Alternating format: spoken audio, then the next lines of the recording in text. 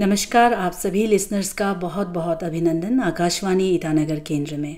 मैं बिबा हुई जोराम एक बार फिर आप सभी सुनने वालों का स्वागत करना चाहूँगी इस खास कार्यक्रम में। दोस्तों, कहते हैं जिनके पास हेल्थ है उसके पास होप है, तथा जीवन में जिसके पास होप है उसके पास सब कुछ है।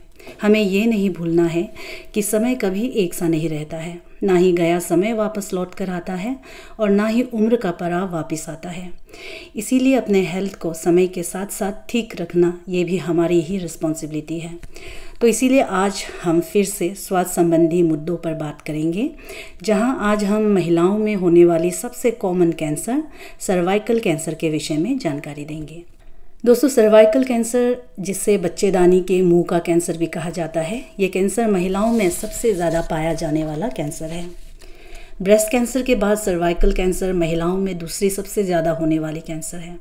भारत में हर साल 1 से 1.5 लाख सर्वाइकल कैंसर के मामले सामने आते हैं और एक साल में 80,000 के आसपास महिलाओं की मौत इस कैंसर से हो जाती है।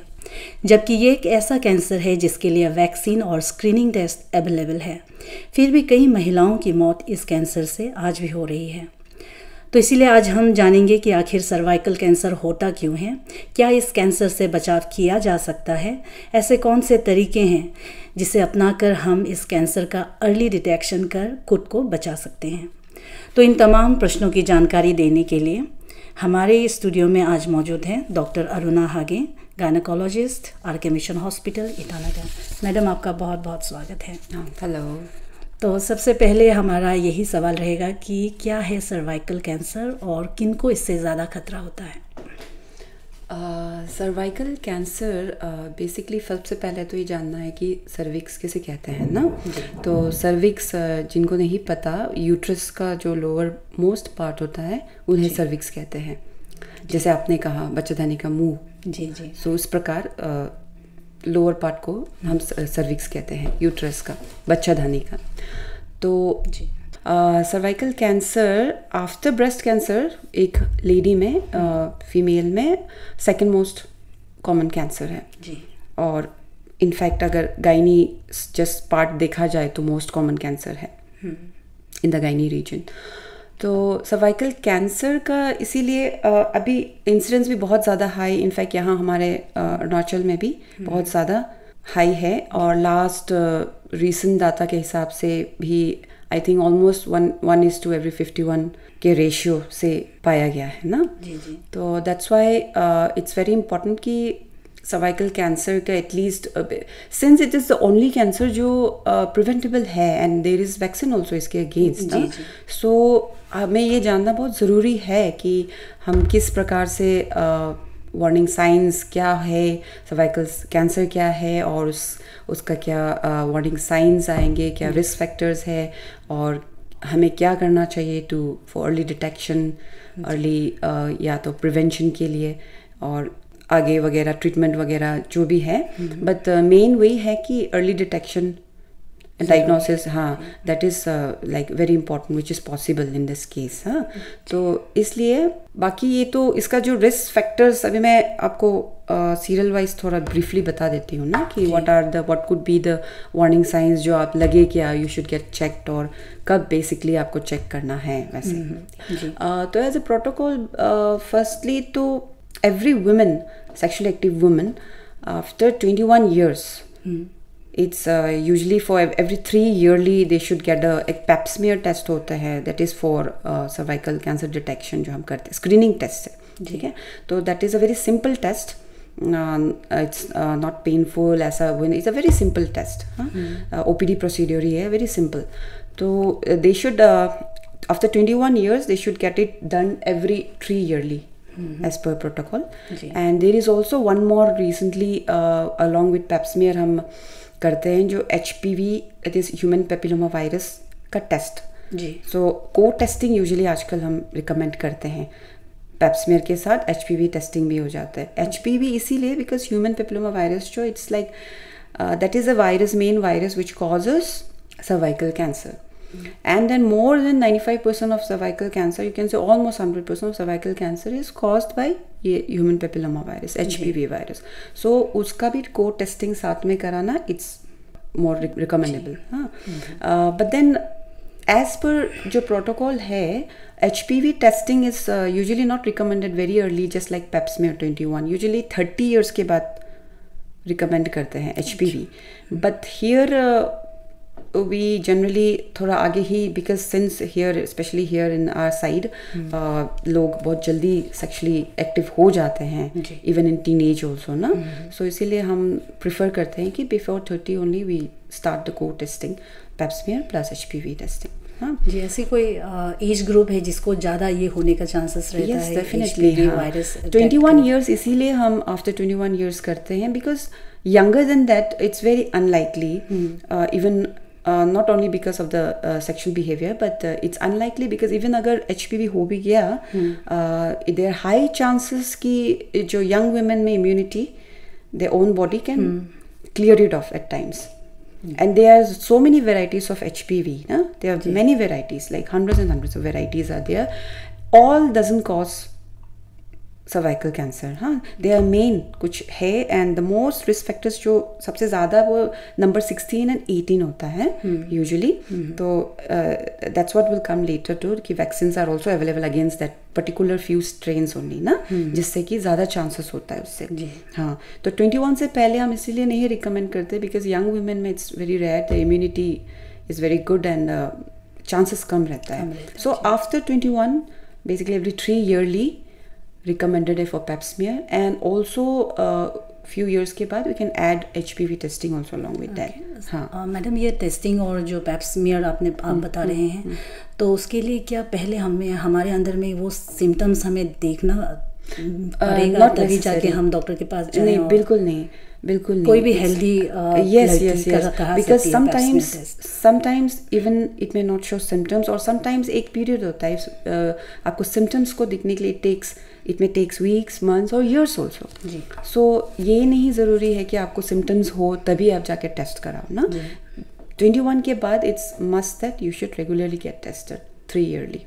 जी हाँ जी मैडम. और बहुत से लोग ख़ासतौर पे हम महिलाएं अक्सर शरीर में होने वाली जो छोटी छोटी बदलाव या लक्षण को अक्सर जो बीमारी होती है उसके सिम्टम्स को हमेशा हम लोग सीरियसली नहीं लेते हैं. और ऐसे में अक्सर ऐसे भी कहा जाता है कि अगर अर्ली डिटेक्शन किसी भी कैंसर का या किसी भी बीमारी का या सिम्टम्स पहले पता चले तो कि हम लोग अपना ये जो कैंसर की लड़ाई है उसको हम लोग जीत सकते हैं. हाँ, तो ऐसे में क्या सिम्टम्स और क्या ऐसे वार्निंग साइंस हैं जिसको देखकर अगर जी हमें डॉक्टर के पास जाना चाहिए और कितना जल्दी हमें जाना चाहिए? सिम्टम्स अगर बोले तो इट कैन बी इवन, जैसे मैंने बोला, नो सिम्टम्स भी हो सकता है, नॉट नेसेसरी आप हो स्टार्टिंग में ना.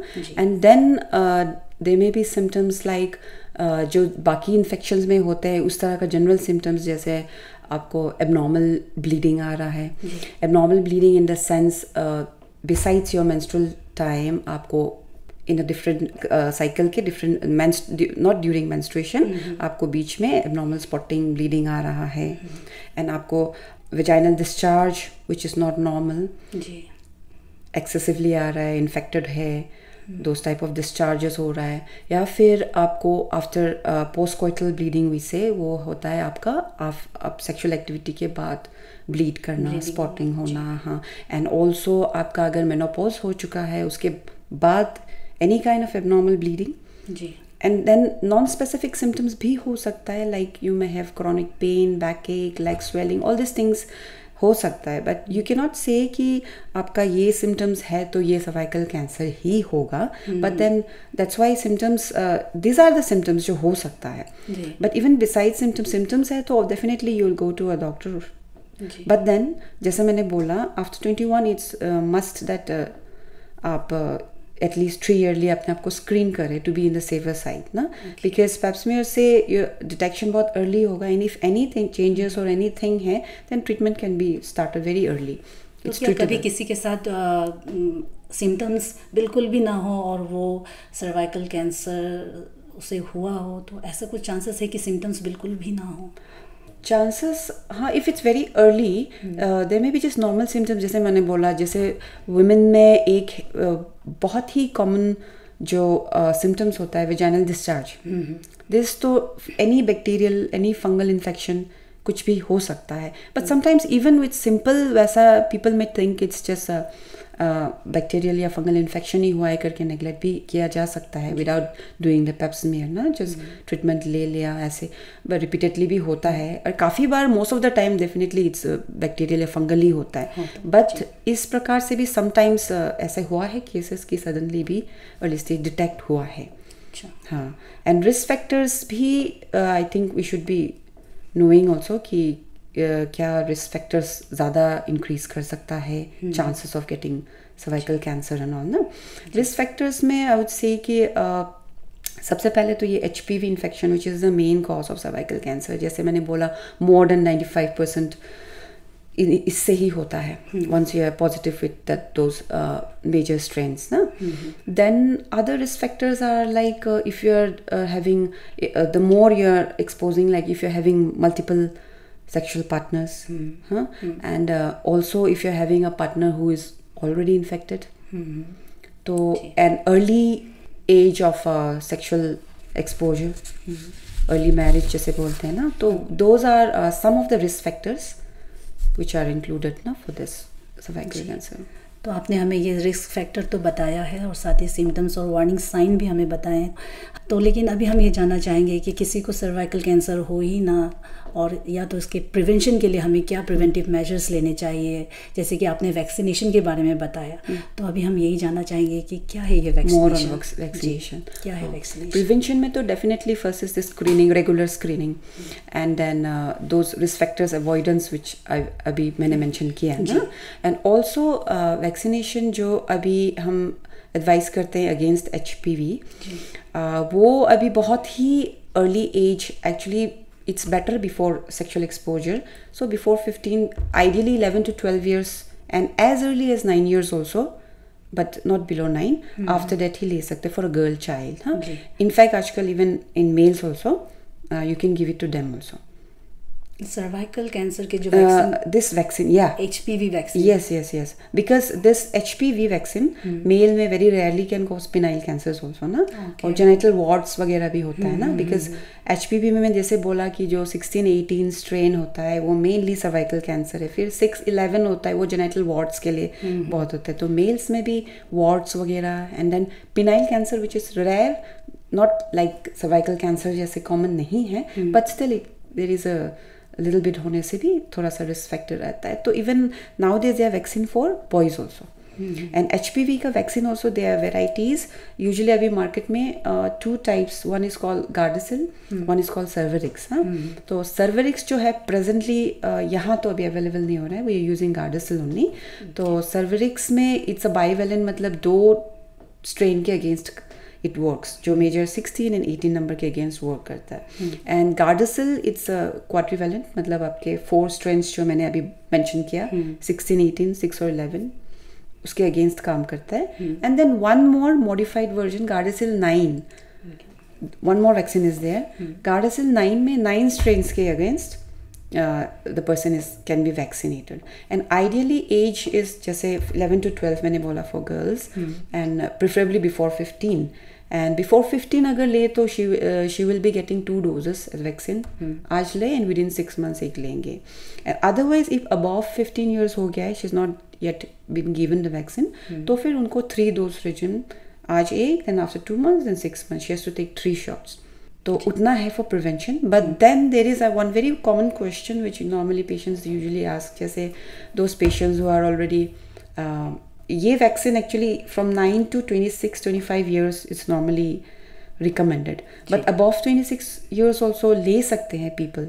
This is what commonly people ask कि अभी तो मेरा age 30 है, I'm 32, 35, so can I still I'm already like so many years of sexual exposure, बच्चे भी हो गए ऐसे, तो can I still am I still eligible for the vaccination? ये क्वेश्चन काफ़ी बार पूछते हैं पेशेंट्स. हाँ, तो definitely, but the efficacy of the vaccine को तो यू कैन नॉट ऐसे बिफोर सेक्सुअल एक्सपोजर अगर दे तो of course it will be more, the efficacy will be more ना, even up to 100%, because the major strains जो mainly cause करते हैं उसके अगेंस्ट में ये वैक्सीन काम करेगा. But after so many years of sexual exposure अभी आप कोई भी स्ट्रेन से इन्फेक्टेड हो सकता है.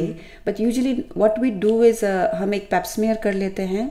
If the person HPV and pap smear we do, if अगर नेगेटिव है and pap smear is also normal, then we can vaccine दे सकता है. ऑल्दो कि it will not be as effective as given before sexual exposure, जैसे मैंने 15 years के पहले जो बोला ना, तो उतना इफेक्टिव नहीं होगा.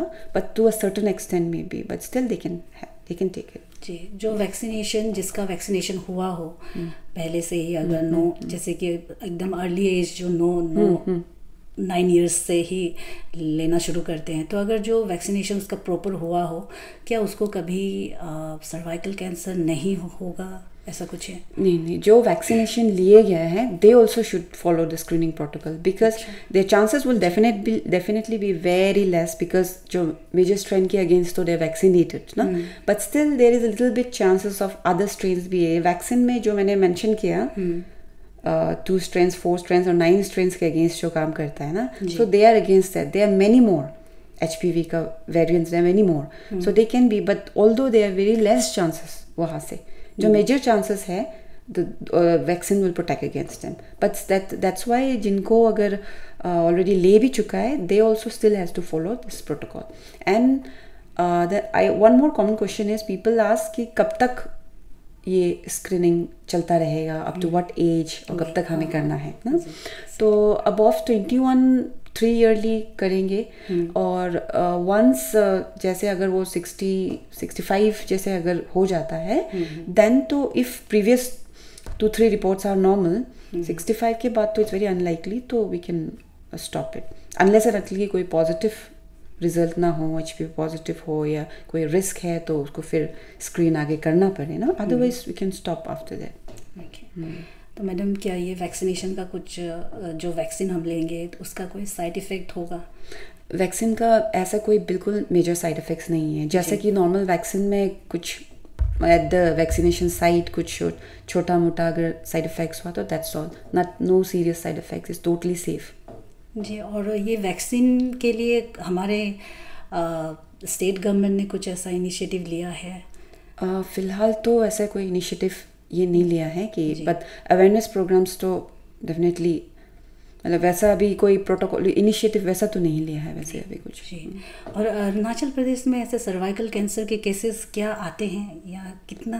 अरुणाचल प्रदेश में जैसे मैंने शुरू में बोला ना, जो मैंने डाटा बताया था पापुपारी का ही, ये करके 1:51 जैसे आ रहे हैं according to the latest statistics. तो that is very high, very very high actually. हाँ, बहुत ही ज़्यादा है. बहुत ही ज़्यादा है, बहुत. तो वही अभी जैसे कि अगर किसी को सर्वाइकल कैंसर हो जाता है, तो हम आगे आप उसे क्या रिकमेंड करेंगे? वो कहाँ, उसको आगे का इलाज वो कहाँ करें? आप क्या सर्वाइकल कैंसर जैसे अगर पेप्सिमेर का एक फ़ायदा है, अगर वो रिपीटेडली स्क्रीन करे तो वेरी अर्ली डिटेक्ट होता है. तो डिपेंड्स ऑन सर्विक्स कौन सा स्टेज में, अगर वो नहीं कराया पहले उनको, अगर थोड़ा लेट स्टेज में, कौन सा स्टेज पे, स्टेज 1 2 व्हाटएवर जो स्टेजिंग है, उस हिसाब से उनका ट्रीटमेंट चलेगा. तो अकॉर्डिंगली ही होंगे. और बेसिकली हम लोग इफ़ नीडेड तो ऑन्कोलॉजिस्ट गायनी के पास उनको ये जाना पड़ेगा फॉर फर्दर ट्रीटमेंट. जी, बहुत बहुत शुक्रिया मैडम, आपने हमें इतनी सारी जानकारी दी सर्वाइकल कैंसर के बारे में. हमें उम्मीद है हमारे श्रोताओं को आज की इस चर्चा से काफ़ी जानकारी मिली होगी. लेकिन जाते जाते हम चाहते हैं कि आप हमें कुछ प्रिवेंटिव टिप्स दें, ताकि किसी भी महिलाओं को सर्वाइकल कैंसर या किसी भी तरह के कैंसर से बचा जा सके. प्रिवेंटिव टिप्स में बेसिकली ये तो हम ऑलरेडी डिस्कस कर ही चुके हैं, तो I can just summarise it कि उनको regardless of sexual, regardless I mean age, after 21 they should definitely get themselves screen, because 3 yearly once it's I think not a very difficult job to do. So 3 yearly after 21, once they are 21 plus, they should definitely get screened. तो वो है. And secondly जो risk factors discuss किए थे उसको थोड़ा ध्यान में रखते हुए try to avoid multiple partners और बी केयरफुल विद हूएवर. और हमारी क्या लाइफस्टाइल में थोड़ा सुधार करना पड़ेगा, जैसे कि आजकल के लाइफस्टाइल में बहुत ज़्यादा स्ट्रेस है, ये सब भी इफ़ेक्ट करता है. स्ट्रेस, तो क्या हम उसमें भी सुधार, हमें अपना जो लाइफस्टाइल है क्या उसमें भी सुधार ला सकते हैं, ताकि क्या ये सर्वाइकल कैंसर को कुछ हद तक हम अपनी लाइफ में आने से रोक सकेंगे? लाइफस्टाइल में तो वही है दैट अर्ली ये अवॉइड करें आप, early marriage, early sexual exposure, multiple partners, ये तो लाइफस्टाइल की पार्टी है ना. You have to avoid those thing. And risk factors more lifestyle related बोले तो even tobacco, smoking and everything, this also increases the risk. और exercise, ये सब कितना ज़रूरी है? एक्सरसाइज फिट रहना definitely for any kind of, सारे बीमारी के लिए तो fitness is the most essential thing ना. तो आप फिट रहोगे, आपका इम्यूनिटी अच्छा रहेगा, तो एवरीथिंग को तो सभी बीमारी के लिए एक्चुअली ये काम आता है इन जनरल. जी. तो मैं श्रोताओं से यही कहना चाहूँगी कि ये ज़रूरत है कि महिलाओं में कैंसर के खतरे को कम करने के लिए एक हेल्दी लाइफस्टाइल भी हमें अपनाना चाहिए. और जैसे कि डॉक्टर मैडम ने कहा है कि हमें पैप्समियर टेस्ट, स्क्रीनिंग, ये सब HPV टेस्ट, ये सब हमें करवा लेनी चाहिए और समय समय में करवानी चाहिए. तो ये सब को फॉलो करके हम जितनी हो सके अपने लाइफ से ये सर्विकल कैंसर को हम दूर कर सकते हैं. तो prevention is better than cure, हमें ये बात नहीं भूलनी चाहिए, हमेशा याद रखनी चाहिए. तो इसी शब्द के साथ मैं बिबा हुई जोराम आज के इस विषय के साथ आपसे विदा लेती हूँ. लेकिन उम्मीद करती हूँ कि आपको ढेर सारी जानकारी मिली होगी और ऐसे ही हम कई जानकारी हेल्थ से जुड़े लेकर आएंगे अगले कड़ी में. तब तक के लिए मुझे आज्ञा दीजिए. नमस्कार.